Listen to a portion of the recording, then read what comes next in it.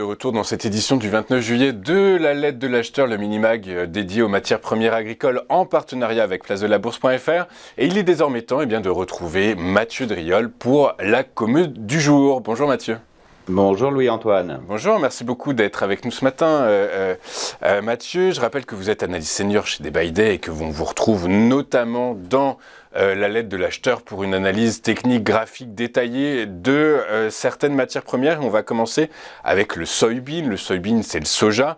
Le soja qui pourrait bénéficier de conditions météorologiques favorables. Les soybean meal, donc les tourteaux, effectivement, on en avait parlé il y a quelques semaines de cela.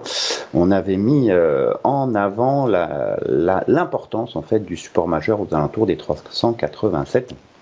Si on prend un petit peu de recul, on a effectivement cette impulsion démarrée au cours de l'année 2021, impulsion assez franche. Les cours sont passés de 310 à 484, un mouvement clairement impulsif dans le cadre d'une figure de retournement en tête-épaule inversée. Et les cours, après avoir marqué ce nouveau plus haut à 484, ont entrepris une phase de consolidation, ma foi, salutaire. Il n'y a pas de réel problème et on voit que les nombreux tests en fait de ce support majeur ont fini par relancer la tendance haussière avec cette très très importante bougie blanche matérialisée. Les cours franchissent les précédents sommets descendants, indiquant par là même que le courant acheteur retrouve de la force, et ce qui peut nous intéresser, ce serait vers quelle résistance, alors sur un horizon de temps moyen terme, je parle ici en semaine, voire en mois, plutôt qu'en jours.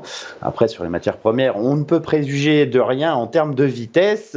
En tout cas, un retour sur les plus hauts semble tout à fait possible, et ce qui m'intéresserait, ça serait la projection en fait de la dernière impulsion, les flèches bleues sur le graphique, la projection de la dernière impulsion au point bas de la consolidation, ce qui enverrait les cours au-delà du niveau majeur, aux alentours des 542.